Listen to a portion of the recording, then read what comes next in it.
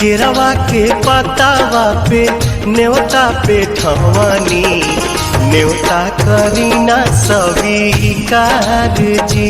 हाँ लिहिनाया रख मोर आदित्य गोसाइया परती के सुन ली पुकार जी।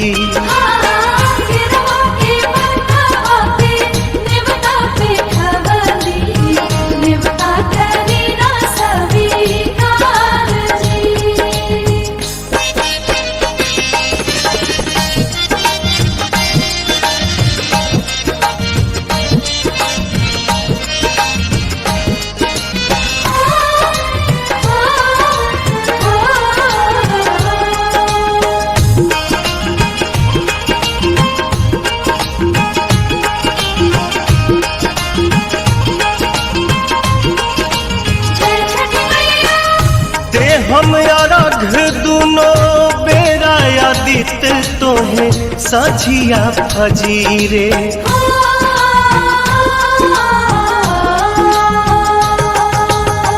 दूसरा अरघ देके मानव आशीष आके गंगा के तीरे। दिन के सहैया रौवे रोग हरैया जी रौवे से जग में जोर जी। हाँ केरवा के पतावा पे न्योता पे ठवानी न्योता करीना स्वीकार जी।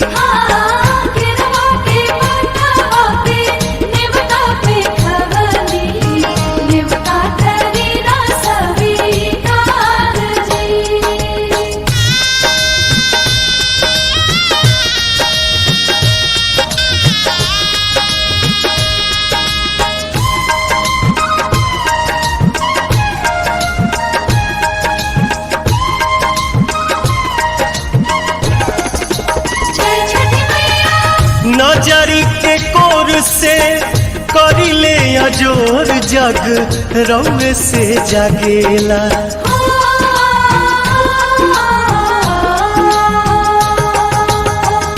रौवे से रात होला रौवे से दिन काल चक्र चलेला। हर साल करब बरत आई छठी घटिया हमनी पकड़ब उपकार जी। हाँ लिहिनाया रघ मोर आदित्य गोसाइया परती के सुन ली पुकार जी।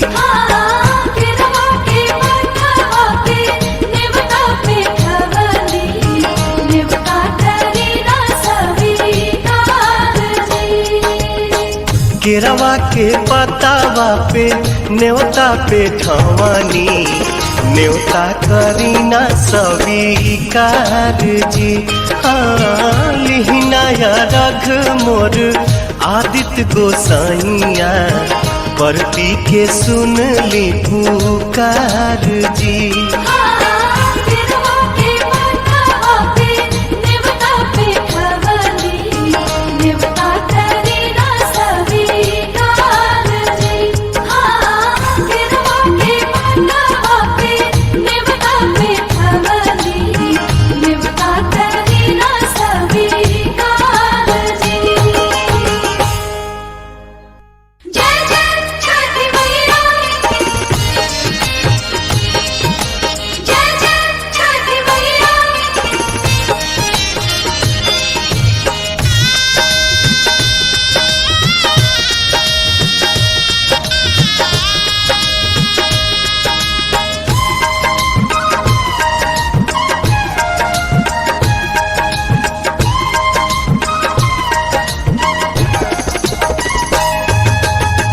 केरवा के पतावा पे न्योता पे ठवानी न्योता करीना स्वीकार जी।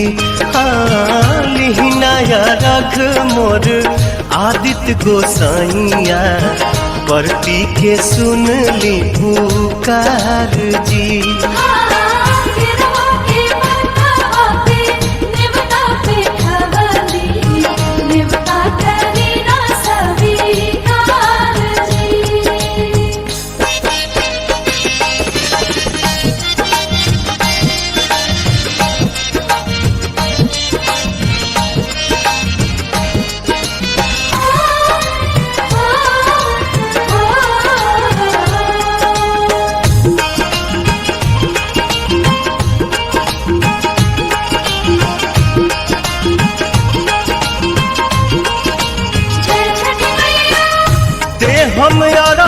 दुनो बेरा आदित तोहे साझिया फजीरे।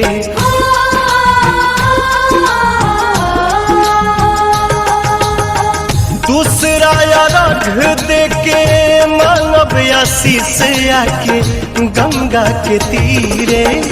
दिन के सहैया रउए रोग हरैया जी, रउए से जग में जोर जी।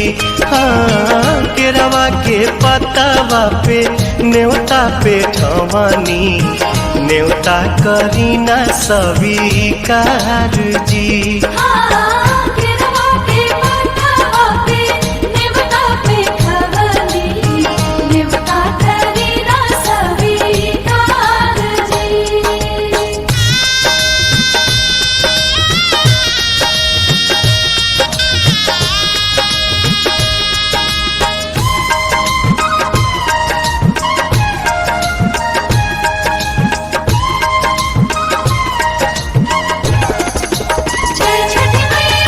नजरी के कोर से करिले अजोर, जग रउए से जागेला।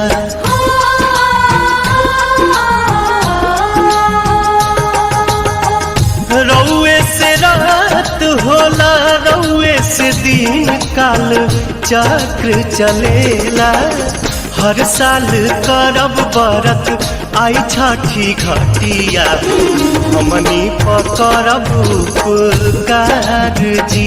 हाँ लिहिनाया रघ मोर आदित्य गोसाइया, बरती के सुन ली पुकार जी।